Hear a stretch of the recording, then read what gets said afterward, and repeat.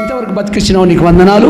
మరొకసారి ఏలియా గారు తాను 73వ సంవత్సరంలో బర్త్డే జరుపుకోవటానికి, 53వ సంవత్సరము పెళ్లి రోజు జరుపుకోవటానికి ఎంతో ఆశతో తండ్రి జీసస్ సిప్పాడు దైవజనులందరినీ ఎంతో ఆహ్వానించినాడు ప్రేమతోని.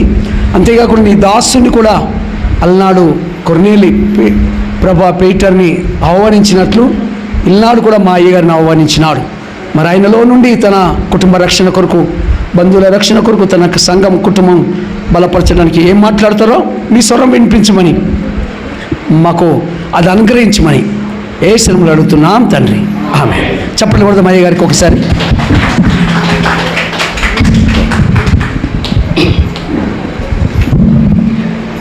దేవునికి మహిమగా ఘనత ప్రభావములు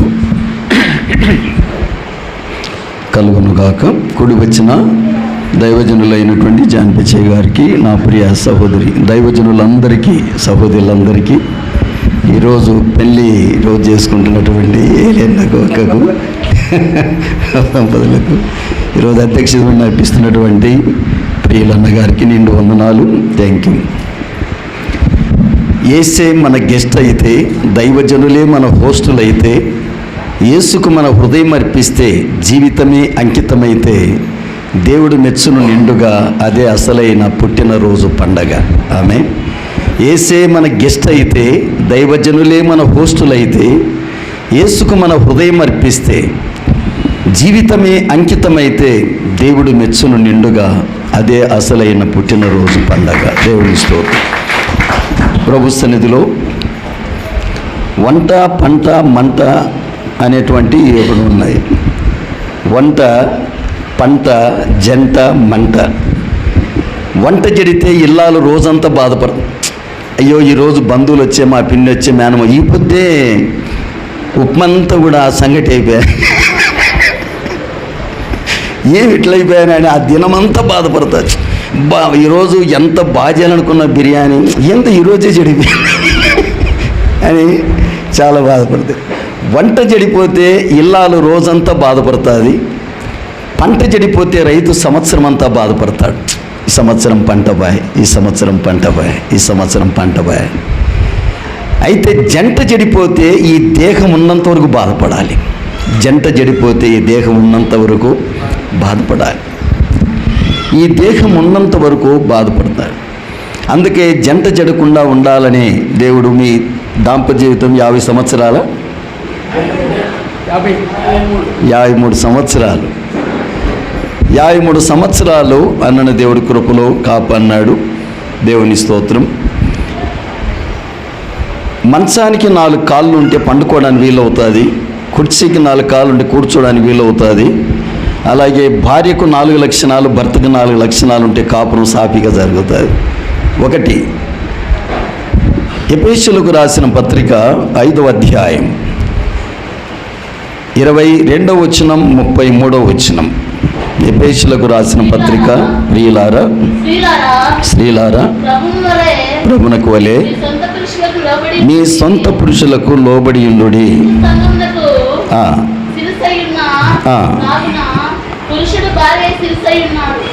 33వ వచనం.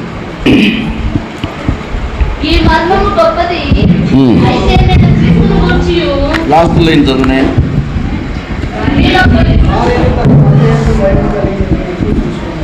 ఓకే, ఇక్కడ మనం గమనించినట్లయితే భర్త యందు భార్య భయం కలిగి, అంటే అనుకోగలిగి ఉండాలి. ఒక మాట చెప్పాలంటే అనుకోగలిగి ఉండాలి. అక్క కుర్చీలో కూర్చొని కాళ్ళు ఊపుతుంటే భర్త దగ్గర ఎంత దర్జన్యం, అంటే ఎంత స్వేచ్ఛ ఉందో నాకు అనిపించింది.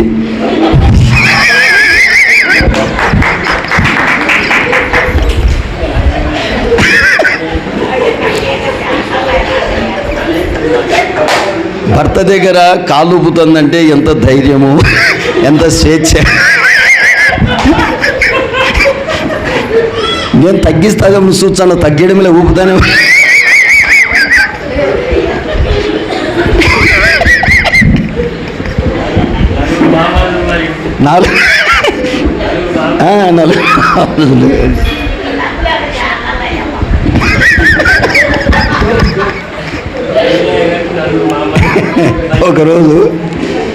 ఒకరోజు నేను గుత్తి నుంచి గుంటకల్ మధ్యలో వెళ్తా ఉన్నా, ఆలూరు రోడ్లో పల్లె బస్సు వెళ్తూ ఉంటే చాలా రద్దీగా ఉంది బస్సు. నేను కూడా ముగ్గురు కూర్చున్నాం. తర్వాత నేను మధ్యలో కూర్చున్నాను, ఆ పక్కరు ఈ పక్కరు కూర్చున్నారు. పక్కనుండి ఆమె కూర్చోలేవా అనేది నన్ను.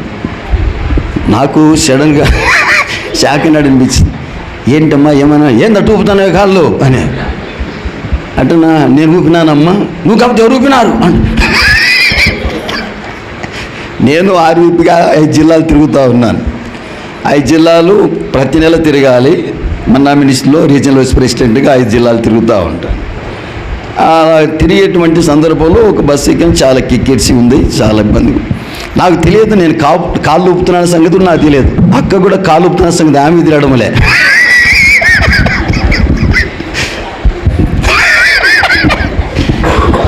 అలాగా కాళ్ళు ఊపుతున్న సంగతి నాకు ఆమె చెప్పిన తర్వాత అర్థమైంది. ఏం కుదురు కూర్చోలేవా అడ్డు ఊపుతున్నావు అని.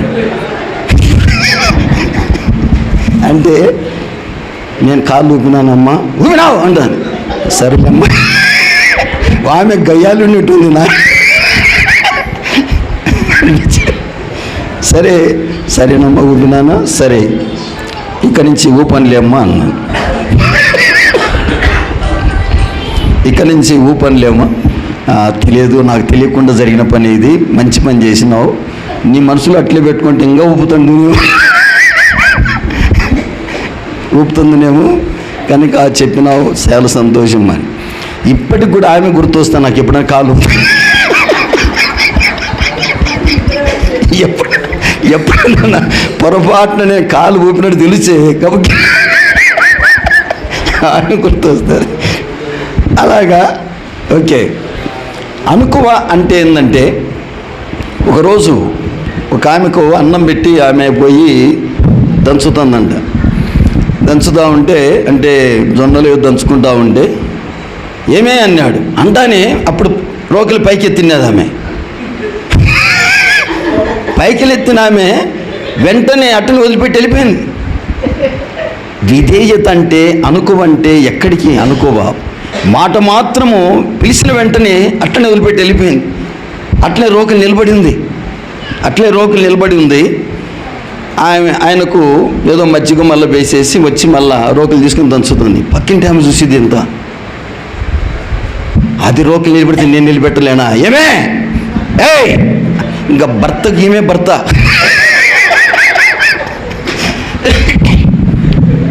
మా యొక్క అటార్థి కాదులే, భర్తకు ఆమె భర్త. ఆమె ఏం చెప్పిందో తెలుసా? ఇదిగో అది రోకలు నిలబెట్టింది, నేను నిలబెడతా, నీకు అన్నం పెట్టిన తర్వాత పిలుస్తున్నాను అని. ఈ పొద్దు పోతావులే అనుకుని అడిగిన. ఈరోజు తర్వాత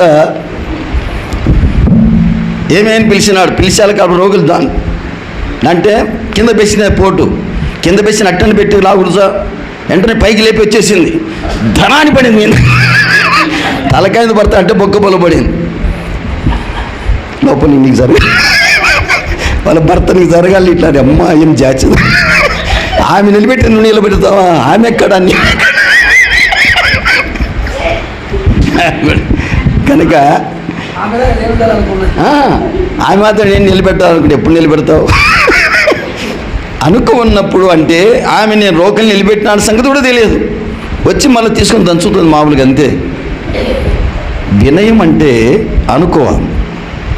భర్తకు భయం కలిగి ఉండాలి. అంటే చెప్పిన రొంచేపటికి లోబడడం, అది అవిధేయత కిందికి వస్తుంది. భర్త వెంటనే పిలిచిన వెంటనే ఏ స్త్రీ అయితే ఉంటే అన్నిటిలో అనుకోగలిగినటువంటి భార్యగా ఉంటే ఆమె జన్మ ధన్యమవుతుంది. దేవుని స్తోత్రం. అది భయం కాదు, గౌరవంతో కూడిన అనుకోవ. దేవుని స్తోత్రం. గౌరవంతో కూడిన అనుకోవ. అది ఆమెకు ఘనత, ఆమెకు ఆనందం, ఆమె జీవితం ధన్యమవుతుంది అలాగే లోబడడం ద్వారా. ప్రతి స్త్రీ గౌరవంతో కూడిన అనుకువ కలిగి ఉండాలి. ఒకటి. రెండవది ఏంటంటే, భర్తను పుట్టినింటిలో మెట్టినింటిలో అతను ఎప్పుడు గణపరుస్తూ ఉండాలి. అప్పుడు ఏం చేయాలి? గణపరచాలి. సామెతల గ్రంథం, పరిశుద్ధ గ్రంథములో 31వ అధ్యాయం 12వ వచనములో ఆమె భర్త గవినుల దగ్గర కూర్చున్నాడు అని అంటే ఆమెను బట్టే. ఏ స్త్రీ అయినా కూడా పురుషుని ఘనత వెనుక ప్రతి స్త్రీ ఉంటుందంటారు. కనుక ప్రతి స్త్రీ అన్ని విషయములలో, పుట్టినింటిలో కానీ, మెట్టింట్లో కానీ, షాపులో కానీ, చర్చిలో కానీ భర్తను బొప్పరించకూడదు. భర్తను కొంతమంది బొప్పరిస్తారు. బొప్పరించడం అంటే కళ్ళతోనే భయపెడుతుంటారు. ఎవరు అన్నారంట, భార్యకు భయపడిన వాళ్ళు ఎవరన్నా ఉండారు ఇక్కడ అంటే ఎవరు ఎత్తడం లేచాయి. ఒక ఆయన ఎత్తినాడు. ఎత్తేలకల్లా భార్య భయపడినటువంటి భర్త భార్య అని చెప్పేనాలకల్లా ఏమయ్యా నువ్వు భార్యకి ఏం భయపడవా, భార్య ఎట్లా అంటే అది ఇటన్నది నేను ఎత్తినాను. ఇటన్నా అంటే చూసేళ్ళకి ఇటంటే ఎత్తోడేంటి ఎత్తినాను అంటే దేవుని పిల్లలమైనటువంటి మనమందరం కూడా భార్య భర్తను భయపెట్టే విధంగా బ్రతకకూడదు.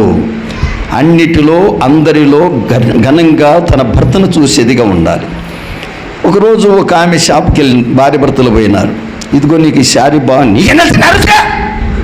ఆ షాపులు కూడా ఏమే నీకు ఇది బాగుంటుంది శారీ అంటే నీకేం తెలుసు అని ఆడు కూడా గర్జిస్తుందండి. గర్జించేది ఆడని గర్జించదు. అలాగా ఆడ కూడా నోర్మి అంటుందంట షాపులో కూడా. కనుక నోరు ఎత్తడానికి ఉండదు కొంతమంది భర్తలు భార్య విషయం. ఇలాంటి పరిస్థితుల్లో కొంతమంది ఉంటారు. అది ఆమెకు ఘనత కాదు, మర్యాద కాదు, ఆయుష్ తగ్గుతుంది, ఆరోగ్యం తగ్గుతుంది, ఆమె జీవితమే బహు నష్టమైపోతుంది. అది రెండవది. మూడవది, భార్య భర్తకు నమ్మకంగా ఉండాలి. సామెత గ్రంథం 31:11 ఆమె నమ్మకమైనదిగా ఉండాలి. దేవునికి స్తోత్రం. నమ్మకమైనదిగా అన్ని విషయాల్లో కూడా, శీలం విషయంలో కానీ, సంసార విషయంలో కానీ, తర్వాత సంఘం విషయంలో కానీ, ఒక సేవకురాలుగా అన్ని విషయంలో నా భార్య ఎవరితో మాట్లాడుతున్నా నమ్మకస్తురాలు అనే విధంగా ఏ భార్య అయితే ఉంటుందో ఆమె జన్మ ధన్యమవుతుంది. నమ్మకస్తులు. నాలుగవది, భర్తకు ఇస్తూ ఉండాలి, ఇవ్వాలి. లూకాసు వార్త 6:38 విసుగు పడకుండా ఏ విషయంలో కూడా నీవు తర్వాత కుంగిపోకుండా ప్రతి విషయంలో కూడా భర్తకి ఇస్తూ ఉండాలి. ఏమి ఇవ్వాలి? సమయం ఇవ్వాలి. కొంతమంది భర్త అన్నం తినేటప్పుడు కూడా సమయం ఇవ్వరు, భర్త స్నానం చేసుకునేటప్పుడు కూడా సమయం ఇవ్వరు, భర్త కూర్చున్నప్పుడు ఆమె దగ్గరికి వెళ్ళి కూర్చోవాలని చింత కూడా ఉండదు. కొంత సమయం ఇవ్వరు, వాళ్ళ పనులు వాళ్ళకు దండిగా పెట్టుకొని తిరుగుతూ ఉంటారు. అది క్రమం కాదు. ప్రతి స్త్రీ భర్తకు సమయం ఇవ్వాలి. భర్తకు కొంచెం కూర్చున్నప్పుడు 10 నిమిషాలు, అర్ధగంట ఆయనతో కూర్చొని మాట్లాడాం. ఎంతసేపు నా దగ్గరికి నువ్వు రావాలని భార్య అనుకోకూడదు. తర్వాత భర్త ఎక్కడుంటే భార్య ఎక్కడ వెళ్ళి అతనితో గడపడం అనేది మంచి సమయం ఇవ్వాలి. ఒకటి. రెండవది, ప్రోత్సాహాన్ని ఇవ్వాలి. రెండవది ఏమి ఇవ్వాలి? ప్రోత్సాహాన్ని. ఎప్పుడు కూడా మార్టిన్ లూథర్ ఓరు కుంగిపోయి ఉన్నాడు. ఏలియా వంటి వాడి కుంగిపోతారు. దైవసేవకులు కూడా కొన్నిసార్లు కుంగిపోతారు. దైవజనుడు కృంగిపోయి మంచంలో ఉన్నప్పుడు ఆమె నల్లటి చీర కట్టుకొని వచ్చి నిలబడిందంట. ఏమండి ఒకసారి ఇలా చూస్తారా అని. చూస్తానే ఎవరు చనిపోయినారు అన్నాడు. యేసుప్రభు చనిపోయినాడు అన్నాడు. యేసుప్రభు చనిపోయినాడు అంటే యేసుప్రభు 3 దినాల పునరుత్థానుడై లేచి సజీవుడై ఉన్నాడు కదా అన్నాడు. మరి ఆయన పునరుత్థానుడై ఉంటే నీవెందుకు అడ్డ కుంగిపోయి పనుకొని ఉండావే అని అతనికి జీవం పోసింది. అప్పుడు లేచి నిజమే కదా, నా దేవుడు చనిపోయినాడని చెప్పేసి నేను కుంగిపోయిన స్థితిలో ఉన్నాను, కానీ ఆయన తిరిగి లేచిన సజీవుడైన దేవుడని తన యొక్క భార్య మాటను బట్టి ధైర్యం తెచ్చుకొని మళ్ళీ ప్రొటెస్టెంట్కి తీసుకురావడానికి శక్తినిచ్చింది, డోసునిచ్చింది ఆమె. ప్రోత్సాహం. భర్త కుంగినప్పుడు బలపరిచేవాడే, అన్ని విషయాలు యోగ్యుడే, కానీ కొన్నిసార్లు ఎంత బలాఢ్యుడైన భర్త అయిన కూడా కొన్నిసార్లు కుంగిపోతాడు. కుంగినప్పుడు భార్య ఎప్పుడు కూడా ప్రోత్సహించేదిగా ఉండాలి. తర్వాత అంత మాత్రమే కాదు, ఆమె అన్ని విషయములలో కూడా తన భర్తను ప్రోత్సహించేదిగా ఉండాలి, సమయం ఇవ్వాలి. తర్వాత అడిగినప్పుడు మీ దగ్గర ఏమన్నా కొంచెం 200-300 ఉందా, పెట్రోల్ కావాలి, నాకే ఆడంది అని గదురుకోకూడదు. ఏం చేయాలి? వెంటనే నీవేందండి 100 అడుగుతావు, 200, 300 తీసుకో అని ఇచ్చే. రేపొద్దు 3000 చేతులు పెడతాడు. 3000 చేతులు పెడతాడు. మళ్ళా 100 అడిగినప్పుడు 200 అడిగినప్పుడు ఇస్తూ ఉండాలి. పెట్రోల్కి లేదంటే ఇవ్వాలి. తర్వాత దానికి లేదు చార్జిపోతున్నా ఏమి లేనట్టు నీ మధ్య లేదు, నీకు ఉంది తీసుకో అని చెప్పేసి ఆయన జోలు పెడితే రేపొద్దున 10,000 జోలు ఆమె దగ్గరికి ఇస్తాడు. కనుక ప్రభు సన్నిధిలో ఆమె ఎప్పుడు అడిగినా ధనం ఇచ్చేదిగా ఉండాలి, తన యొక్క సమయం ఇచ్చేదిగా ఉండాలి, ప్రోత్సాహం ఇచ్చేదిగా ఉండాలి. అలాంటి విషయంలో దేవుడు ఆమెను దీవిస్తాడు. ఈ 4 విషయాలు: ఒకటి, ప్రతి విషయంలో అనుకోగలిగి ఉండాలి. రెండవది, ఆమె అందరిలో, అన్నిటిలో, పుట్టినింటిలో, మెట్టినింటిలో, సంఘములో, షాపులో, 10 మందిలో ఒంటరిగా ఉన్నప్పుడు ఇంట్లో అతని ఘనపరిచేదిగా ఉండాలి. మూడవది, ఆమె నమ్మకస్తురాలై ఉండాలి. నాలుగవది, ఆమె అన్ని విషయాల్లో కూడా తనకు ఇచ్చేదిగా ఉండాలి. అప్పుడు ఆ స్త్రీ జీవితమే ధన్యమవుతుంది. కొందరికి వివాహం అనేది వెల్కమ్ టు నరకం అయితే, కొంతమంది వెల్కమ్ టు స్వర్గం అవుతుంది. కనుక కొంతమంది భార్య అవిధేయురాలైతే ఆ ఇల్లు ఒక నరకమే, భార్య విధేయురాలైతే ఆ ఇల్లు ఒక స్వర్గమే. దేవుని స్తోత్రం. కనుక భగవంతుడు అనుగ్రహించినటువంటిది సులభంగా లభించేది మోసము, కష్టంగా లభించేది గౌరవము, సహనం కొద్దీ లభించేది ప్రేమ, దేవుని వలన లభించేది కుటుంబం. ఈ కుటుంబాన్ని ఎవరైతే చక్కగా కాపాడుకోవాలనుకుంటారో లేఖనం చెప్పినట్టుగా ఈ 4 విషయాలు ఉంటే దేవుడు దీవిస్తాడు. భర్త కూడా 4 విషయాలు కలిగి ఉండాలి. ఒకటి, భర్త ఎప్పుడు కూడా భార్య విషయంలో చేయవలసినటువంటిది గొప్ప విషయం ఏంటంటే ఆమెను ప్రేమించాలి. ఆమెను ఎట్లా ప్రేమించాలి? తన సొంత శరీరం వలె. 5వ అధ్యాయం 25-27 వచనాల్లో సంఘమును ప్రేమించి తన శరీరమును అప్పగించుకున్నట్టుగా ప్రతి భర్త కూడా తన భార్యకు అన్ని విషయాల్లో అప్పగించుకోవాలి, ప్రేమించాలి. ప్రేమించడము అని అంటే క్రీస్తు కల్వరి ప్రేమతో ఆమెను ప్రేమించినట్లయితే ఆశీర్వాదకరంగా ఉంటుంది. అది రెండవది ఏంటంటే ఆమె బలహీనతలో ఆమెను బలపరచాలి. తిమోతికి పేతురు రాసిన మొదటి పత్రిక 3వ అధ్యాయము 8, 9, 10 వచనాలు మనం గమనిస్తే బలహీనమైన ఘట్టం అంటే కొన్నిసార్లు వాళ్ళు ఎంత ఇంట్లో భర్తను గదురుకుంటారో కప్ప పడింది అనుకుని అంటారు, కప్ప ఎదురేది. తర్వాత కోతి వచ్చింది అల్లెల్లాంటి పరిగెత్తారు, బల్లి పడితే భయపడతారు. అంటే అంత పిరికితనం కూడా ఉంటుంది స్త్రీలకు, అంత భయం కలిగిన వాళ్ళు. అయితే కొన్నిసార్లు కొన్ని పరిస్థితులలో, కొన్ని సంఘములో కానీ బయట కానీ పరిస్థితుల్లో కొంచెం చాలా భయపడిపోయినట్టుగా కుంగిపోతుంటారు. ఏం కాదు, అదేం చేస్తుంది. అన్ని విషయాల్లో ఆమె కునిగినప్పుడు ఆమెను బలం, నా గుండె నీకు ఎప్పుడు కూడా ఉంది, ఇక్కడ వచ్చి ఆనుకో, అన్ని పరిస్థితులని చెప్పే విధంగా ఉండాలి. బలహీనమైన కాదు. మూడవది, ఆమెను భరోసానివ్వాలి. రైతు భరోసా కాదు, భర్త భరోసానివ్వాలి. నేనున్నాను నీకు అన్ని విషయాల్లో కూడా, ఇదిగో తండ్రి వలె నీకు నేను అన్ని విషయాలు చూస్తాను, అన్న వలె ఎప్పుడు కూడా నీకు నేను సహాయం చేస్తాను, భర్త వలె నేను అన్ని విషయాలు తృప్తిపరుస్తాను. భరోసానిచ్చే భర్తగా ఉండాలి. మూడవది. నాలుగవది, ఆమెను తృప్తిపరచాలి. ఆమెను ఏం చేయాలి?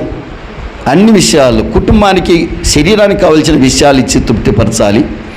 తర్వాత ఆమెకు ఆత్మకు కానీ ఆమె శరీరానికి కానీ ప్రాణానికి ఏమైతే ఏది తక్కువ లేకుండా ఆమెను అన్ని విషయాలు తృప్తిపరిచేవాడుగా ఉండాలి. అప్పుడు ఆ కుటుంబం చాలా ఆశీర్వాదకరంగా ఉంటుందని నేను ఆశపడుతున్నాను. కనుక దేవుని సన్నిధిలో ఇది జంట బాగుండాలి అంటే చేయవలసిన పని ఇది. ఇక 4వది మంట. ఈ మంట ఏంటంటే ప్రభువైన యేసుక్రీస్తునందు విశ్వాసం ఉంచకపోతే ఎవరైనా సరే భూమి మీద సామాన్యులైనా, సామంతులైనా, ధనికులైనా, దరిద్రులైనా, లోక నివాసులు ఎవరైనా సరే నిత్య నరకములో మంటలో కాలిపోతారు. అందును బట్టి ఎవరికి వారు మంటలో పడకుండా చూసుకోవాలి. ఇల్లాలు వంట చెడకుండా చూసుకోవాలి, రైతు పంట చెడకుండా చూసుకోవాలి.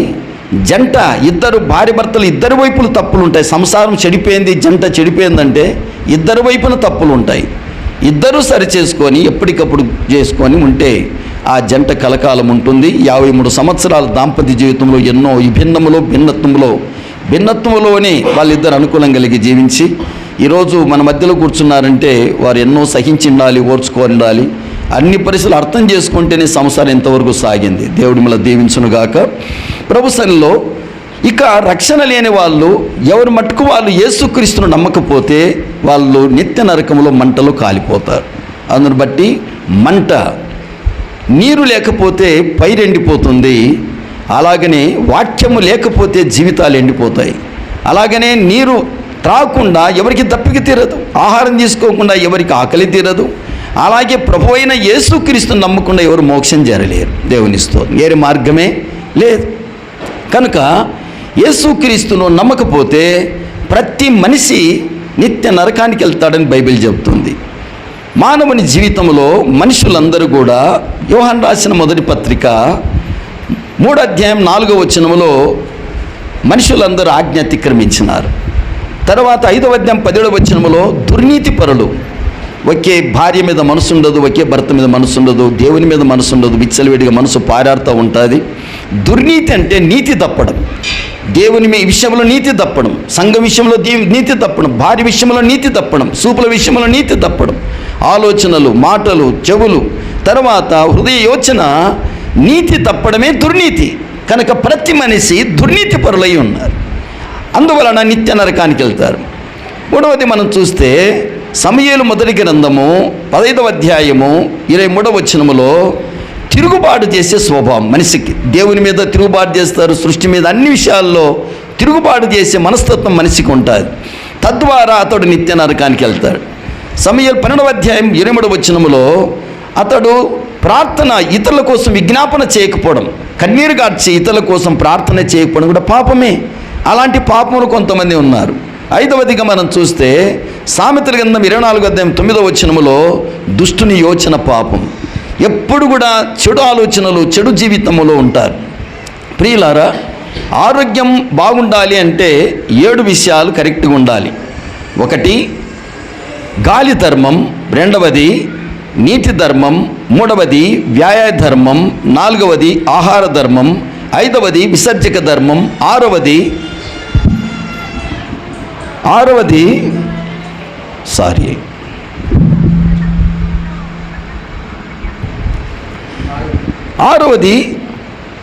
దేవుని సన్నిధిలో సమయం అంటే 6వది 5వది విసర్జక ధర్మం, 6వది విశ్రాంతి ధర్మం, 7వది ఆలోచన ధర్మం. ఈ ఆలోచన ఎంత బాగుంటే ఆరోగ్యం అంత బాగుంటుంది. ఆలోచన ఇవి కరెక్ట్గా ఉండాలి. ఇవి ఆరోగ్య సూత్రాలు. ఇక ఆత్మీయ సూత్రాలు ఏంటంటే, ఈ ఆత్మీయ సూత్రాల్లో ఉన్నటువంటి మనమందరం కూడా ఎప్పుడు కూడా దేవుని పిల్లలమైన మనందరం కూడా తిరుగుబాటు చేసే ధోరణి ఉండకూడదు. ఇతరుల కోసం విజ్ఞాపన చేసే గుణం కలిగి ఉండాలి. తర్వాత మనం చూస్తే దుష్టుని ఆలోచన పాపం అంటాడు.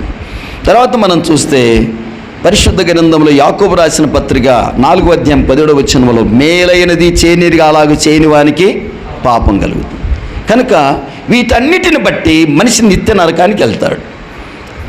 వీటన్నిటిలో మనిషి ఎప్పుడైతే ఈ మనిషి పాపి గనక పాపానికి వచ్చే జీతం మరణం, నిత్య నరకానికి వెళ్ళిపోతాడు. అందును బట్టే ప్రతి మనిషి పాపమును విసర్జించాలి. పాపమును విసర్జిస్తే నిత్య నరకానికి వెళ్ళకుండా నిత్య జీవానికి వెళ్తాడు. మనుషులందరూ కూడా ఏ భేదము లేదు, పాపులై ఉన్నారు. ఏ మనుషుడు కూడా తనను తాను నీతిమంతునిగా తీర్చుకోలేడు యేసు ప్రభు లేకుండా. రోమా 3:19 ప్రకారం అందరూ శిక్షలో ఉన్నారు. రోమా 3:20 ప్రకారము ఏ మనుషుడు నీతిమంతుడిగా తీర్చబడలేడు ప్రభు లేకుండా. అయితే రోమా 6:23 ప్రకారం పాపానికి వచ్చే జీతం మరణం. కనుక ఇంకా యేసుక్రీస్తుని ఎవరైనా నమ్మకపోతే మనుషులందరికీ కూడా నిత్య నరకం, మరణం అనేది ఉంది కనుక యుగయుగాల అగ్నిగుణంలో కాలిపోయి మంటలో కాలిపోతారు. అలాంటి స్థితి రాకుండా ఉండాలంటే ప్రతి ఒక్కరు కూడా యేసుక్రీస్తునందే విశ్వాసం ఉంచాలి. మరి ఎందుకు యేసుక్రీస్తునందే విశ్వాసం ఉంచాలి? యేసు ఒక్కడే పాపం లేనివాడు, యేసు ఒక్కడే పాపం ఎరగనివాడు, యేసు ఒక్కడే పాపం చేయనివాడు. కొరింథీయులకు రాసిన 2వ పత్రిక 5వ అధ్యాయం 20వ వచనం పాపమే ఎరుగనివాడు ఆయన. తర్వాత హెబ్రీ 4:15 ప్రకారం పాపము లేనివాడు ఆయన. తర్వాత పేతురు రాసిన మొదటి పత్రిక 2వ అధ్యాయం 22వ వచనం పాపము చేయనివాడు, పాపం లేని పాపం ఎరగని పాపము చేయనివాడు. హెబ్రీయులకు రాసిన పత్రిక 7వ అధ్యాయం 26వ వచనం ప్రకారం పాపులలో చేరక ప్రత్యేకముగా ఉన్నవాడు ఆయన. ప్రత్యేకమున్నవాడు మాత్రమే కాదు, ఆయన పాపములు తీసివేయడానికి వచ్చినవాడు. యోహాను రాసిన మొదటి పత్రిక 3:5 ప్రకారం. కనుక పాపములు తీసివేయడం మాత్రం కాదు, యోహాను రాసిన మొదటి పత్రిక 4వ అధ్యాయం 10వ వచనములో పాపాలకు ప్రాయశ్చిత్తం చేయడానికి వచ్చిన దేవుడు ఆయన. పాపానికి ఏం చేయడానికి వచ్చినాడు? ప్రాయశ్చిత్తము చేయడానికి వచ్చినాడు. ఆయన ఒక్కడే యోహాను రాసిన మొదటి పత్రిక 2వ అధ్యాయం 2వ వచనములో శాంతికరమై ఉన్నాడు. పాపములకు శాంతికరము ప్రభువైన యేసుక్రీస్తే. అందుకయే యేసుక్రీస్తు ఒక్కడే పాపము లేని, పాపం ఎరుగని, పాపము చేయనివాడు. పాపులను ప్రేమించి పాపుల కొరకు భూమి మీదకి వచ్చి పాప పరిహారం కొరకు తన రక్తమును కార్చినవాడు, అందరి శిక్షణ ఆయన తీసుకొని మనకు రక్షణ ఇచ్చినవాడు, అందరి మరణము తీసుకొని మనకు జీవం ప్రసాదించిన మోక్షప్రదాత జీవప్రదాత యేసు ప్రభు గనక యేసు ప్రభునందు మాత్రమే ఒక మనిషికి నిత్య జీవం ఉంది, మరి దేని ద్వారా లేదు అని ప్రేమతో మీకు మనవి చేస్తున్నాం. అందుకే యేసు ప్రభుని నమ్మాలి. యేసు ప్రభు లేకుంటే మానవునికి నిత్యము మంటలో కలిగి కాలిపోతాడు. అందును బట్టి ప్రతి ఒక్కరు కూడా యేసుక్రీస్తునందు విశ్వాసం ఉంచి నిత్య జీవం పొందాలని ప్రేమతో మీకు మనవి చేస్తున్నాను. దేవుడు తన మాటలు దీవించునుగాక. ఆమేన్.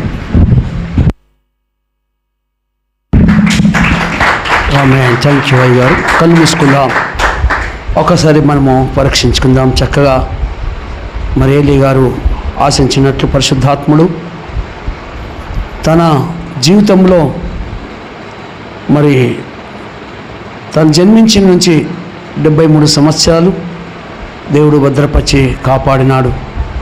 తను పెళ్లి చేసుకుని మొదలుకొని 53 సంవత్సరాలు సంసార జీవితంలో వారికి దేవుడు తోడై ఉన్నట్లు తర్వాత మనము ఇంత చక్కగా వినగలిగిన. ఈ వీడియో మీకు నచ్చినట్లయితే లైక్ చేయండి మరియు షేర్ చేయండి. సబ్స్క్రైబ్ చేయడం మాత్రం మర్చిపోకండి. సబ్స్క్రైబ్ బటన్ పక్కనే ఉన్నటువంటి గంట సింబల్ కూడా మీరు నొక్కండి. అప్పుడు మాత్రమే మేము అప్లోడ్ చేసే ప్రతి కొత్త వీడియో నోటిఫికేషన్ ద్వారా మీకు అందుతుంది. Thank you for watching.